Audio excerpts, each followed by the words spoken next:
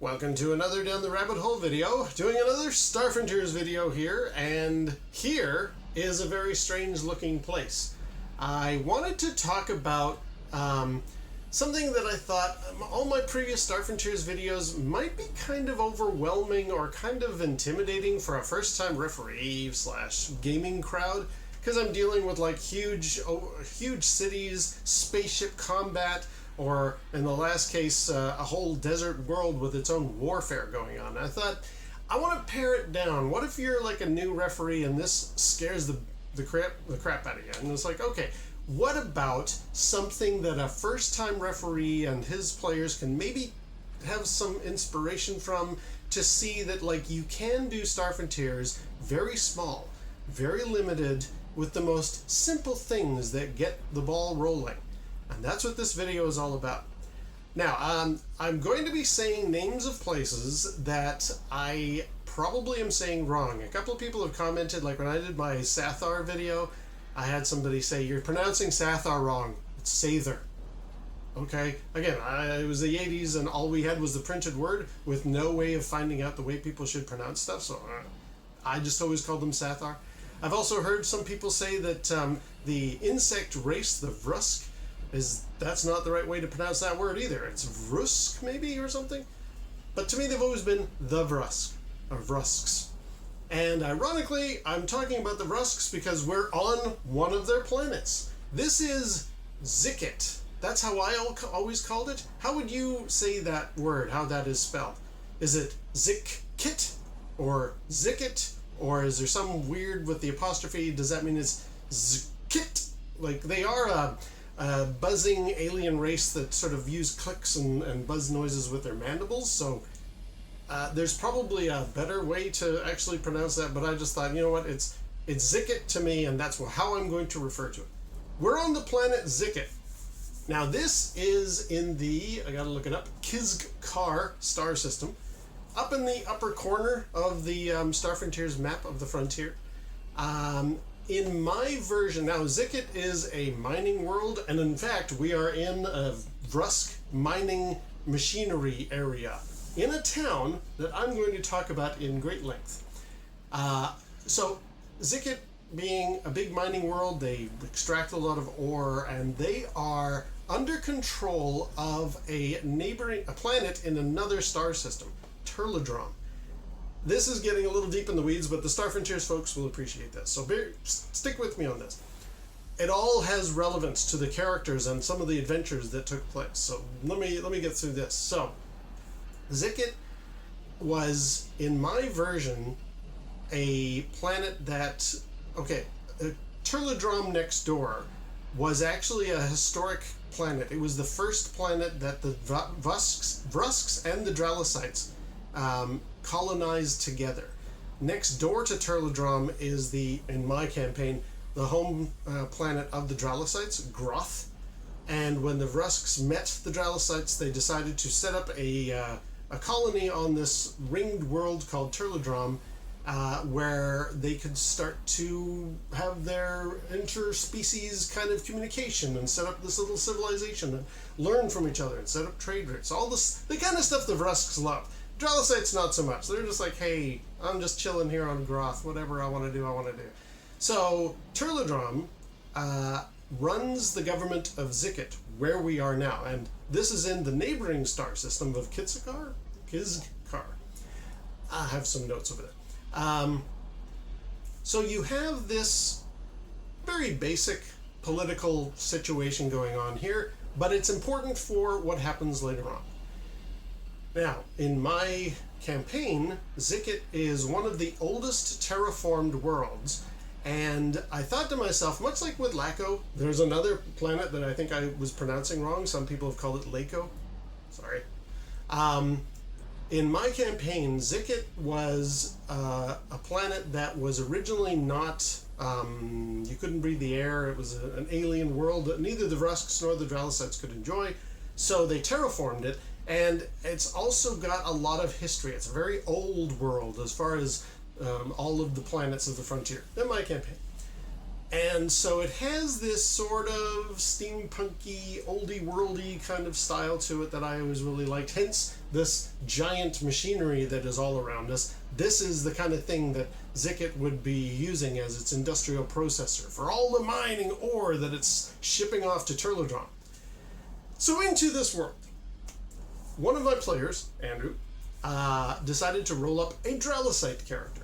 And I thought, well, let's start off the adventure very small scale. And this is where I hope new DMs and referees are going to enjoy this.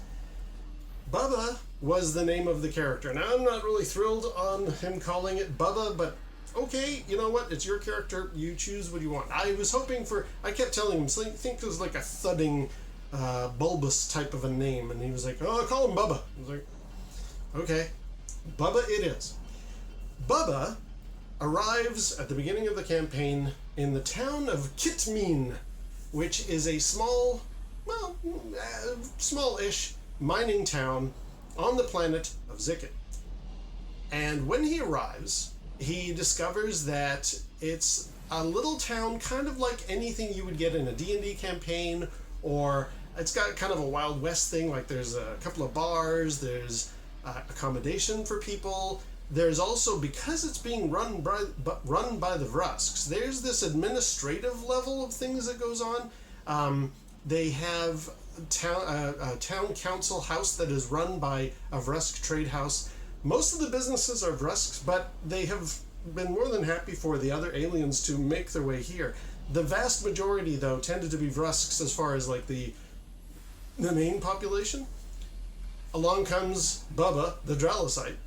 He lands in town, and what do you do in any scenario? You go to the bar. So he heads to, I gotta look it up, the Cherna Taverna.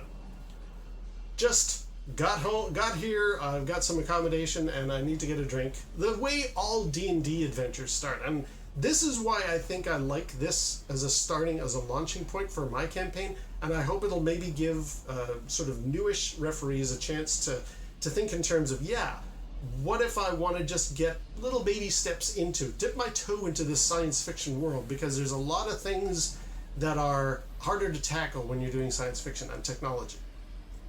So Bubba arrives in the bar, and he is surrounded by mostly Vrusks, but there are humans, there are Yazarians, and there are my other alien races that I've talked about before. I had made house rules with my own creatures, and many of them are also here as well.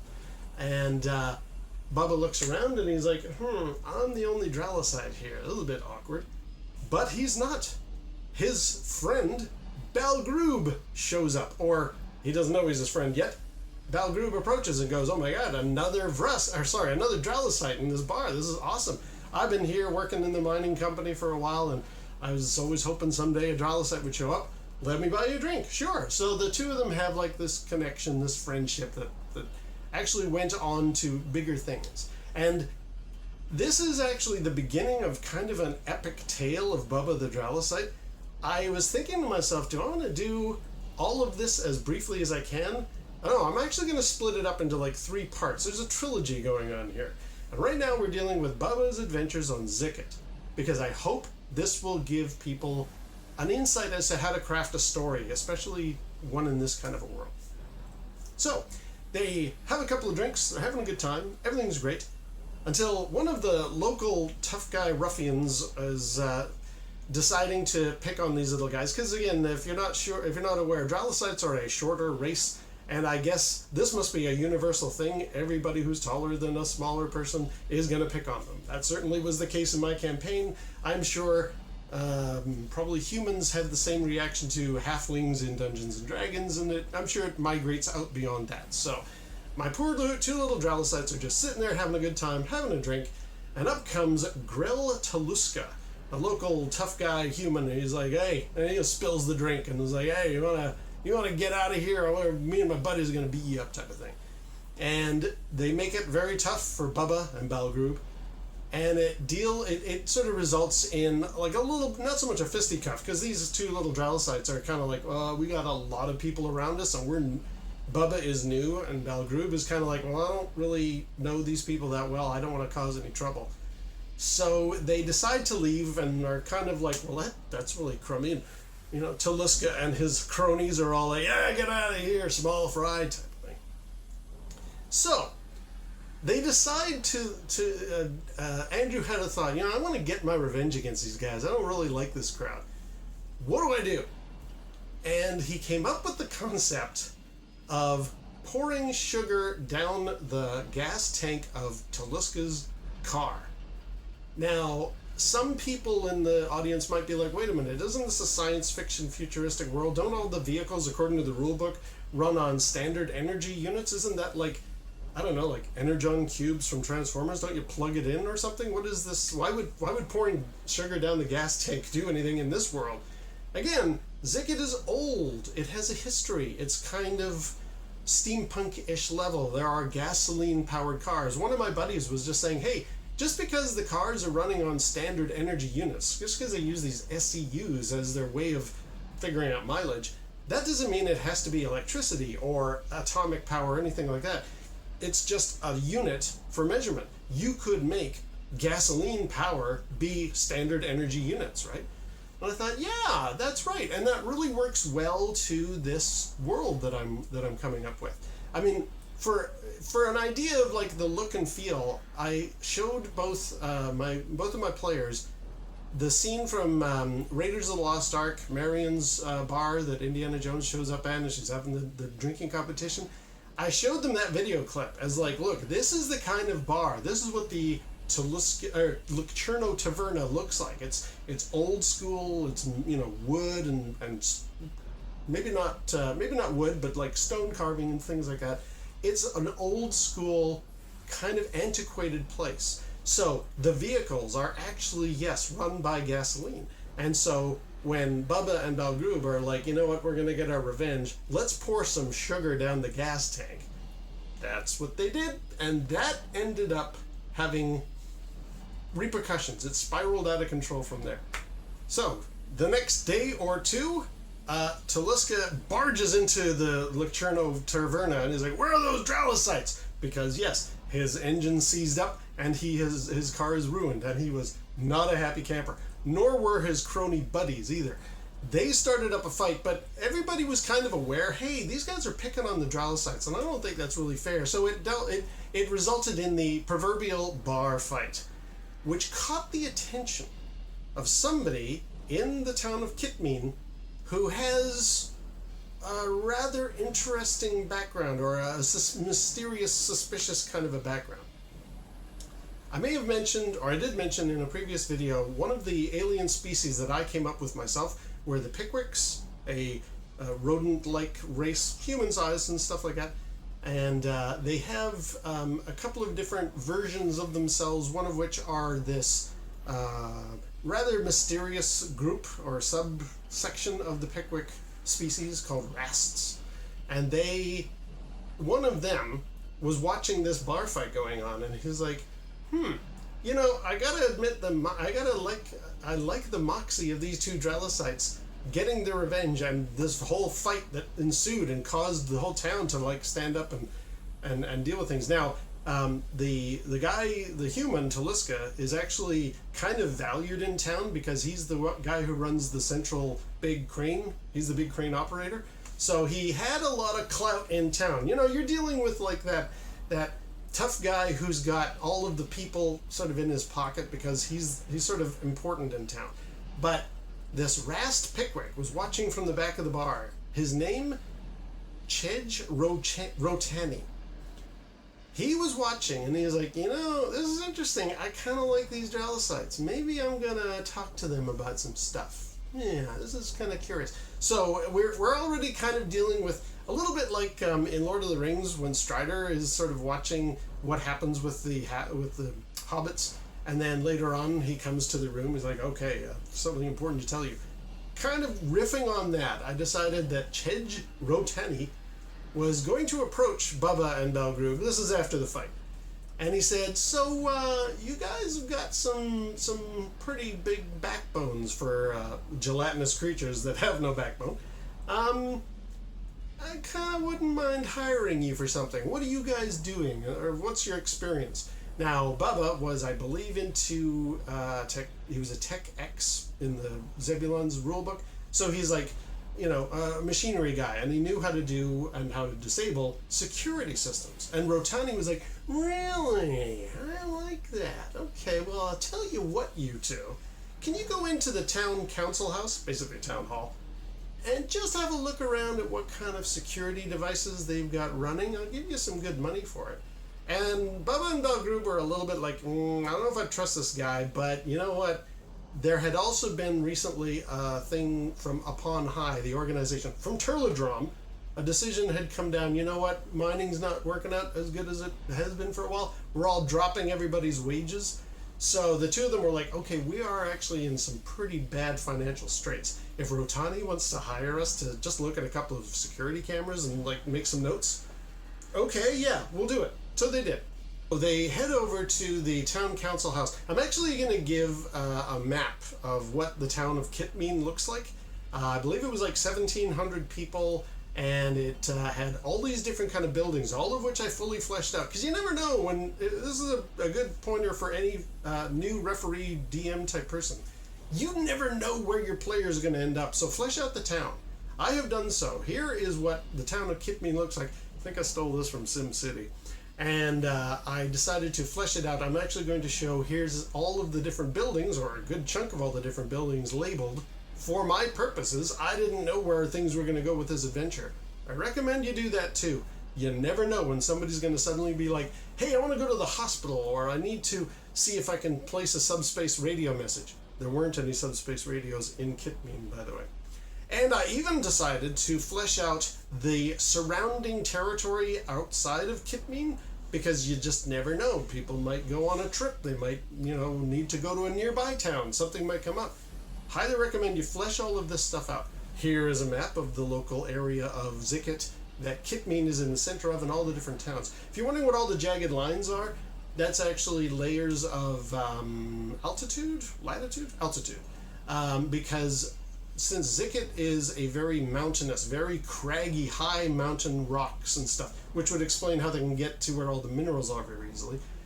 When it was in its terraforming phase, what had happened is a lot of the condensation and the rise and drop of the water that was now being introduced caused a lot of waterfalls. There were these constant splashing up of all these waterfalls and stuff. So Zikit actually is a very foggy planet, like extremely foggy planet, to the point where you can't even see sometimes. It's that bad.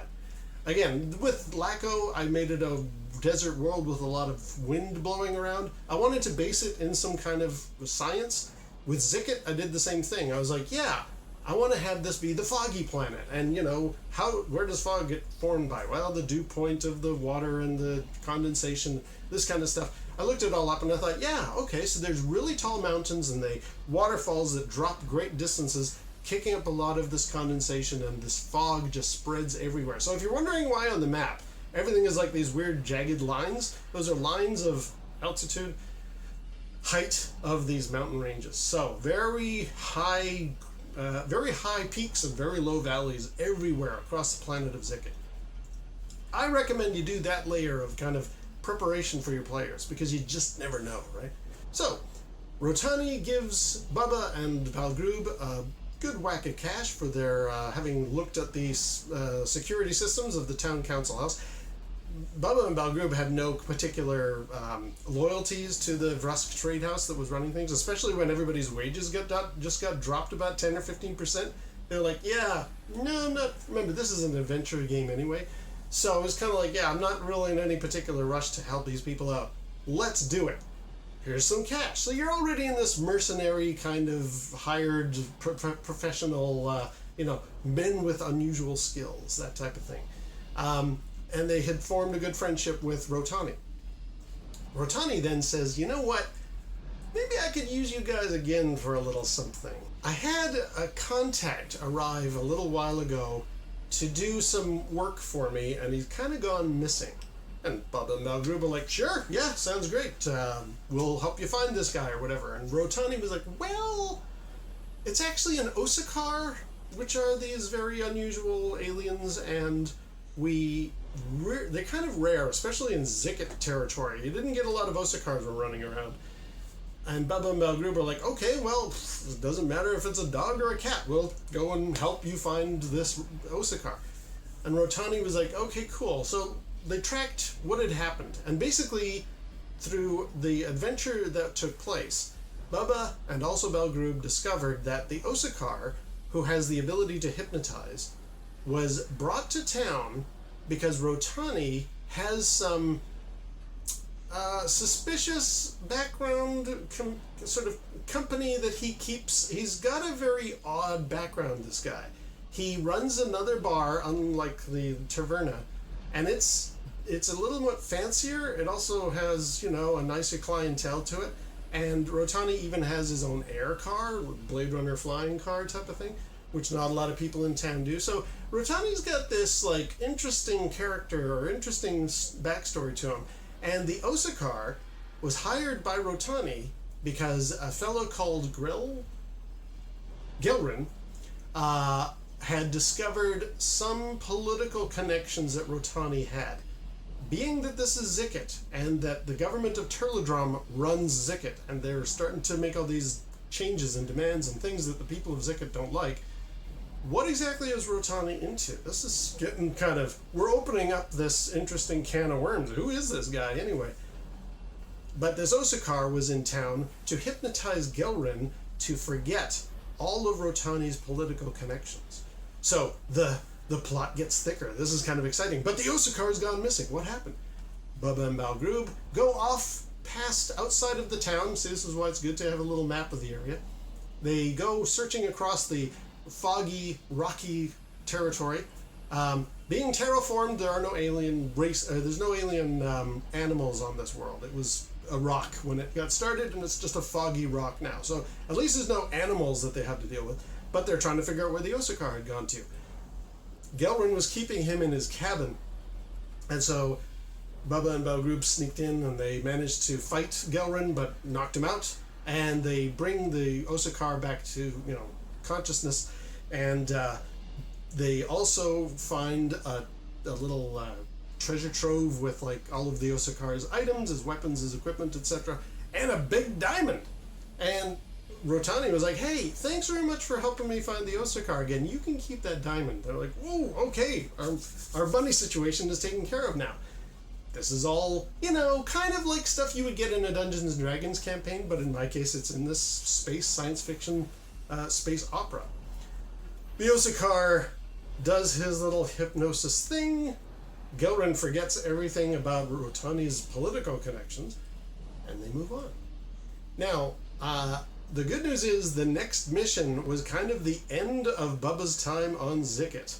So I'm going to be wrapping this up here, but this began to really escalate. Everything was starting to ramp up. You know, something that began as just a little tiny mining town is now building into this big adventure. Rotani again approaches Bubba and Balgrub. He's like, okay, I'm going to be meeting up with some travelers out in the not the wasteland, but out in the rocky crags of the Zikit landscape. And I kind of like you guys. You're good guys. So can you cover my back? Here's a couple of guns, and we'll see what happens. Sure, yeah, this is great. We got a diamond last time. What could we possibly get this time? Little did they know, Rotani was actually there to purchase from these travelers who came from off-world a bunch of sensor jamming equipment. Now, we're getting into the kind of black market underworld part of the Zikit landscape here. The Vrusks are very good at controlling and running their operations and their population, but they're not perfect, and it seemed like anybody who's not a Vrusk or a Dwellsite kind of would find ways around the system. They would cheat and they would do things underhanded and all that kind of stuff. So Rotani is meeting up with kind of this unsavory group of travelers from off-world, and long story short, it's a double cross and the deal goes badly. What I find funny is in my last notes for Bubba's time on Zikit, there's kind of this like, okay, if the fight goes this way, then all of these things happen. If the fight goes that way, they're screwed. And that's something you might want to actually do. If you're a referee and you've got a character you've got a big fight coming up, you got to be prepared for what if it goes this way? What if it goes that way? How prepared are you for what the players are going to do? Lo and behold, it went very badly. These travelers were on an air car like Rotani. Rotani had flown his through the landscape, landed, and Bubba and Balgrub got out, met up. It goes badly. Suddenly, an air car with a machine gun is after these guys and shooting them. Bubba and Balgrub managed to shoot down the air car, and I just looked at my notes. I'm like, oh, they're screwed. That's really, really bad. So this was setting in motion a whole bunch of events that Bubba was just kind of like, I need to leave Zikit. This is getting a little too hot and heavy for me now. And Rotani was like, you know what? I totally understand. These off-worlders are going to be looking for you here. I've got a little network of people. I'm going to get you off-world. Why don't we send you somewhere else? Where would you like to go? And Bubba was kind of like, where's somewhere really safe and not very violent? Because he's a Dralicite. He doesn't want to be. He's a technician guy. He's not looking for a fight. So Rotani was like, okay, I'll tell you what. Let's send you to Turladrom. I know some people who are headed that way, and if you hop on their ship, I'll grease the wheels for you. You can get free passage to Turladrom. And Turladrom is very safe. It's like a moon-based alpha kind of an existence.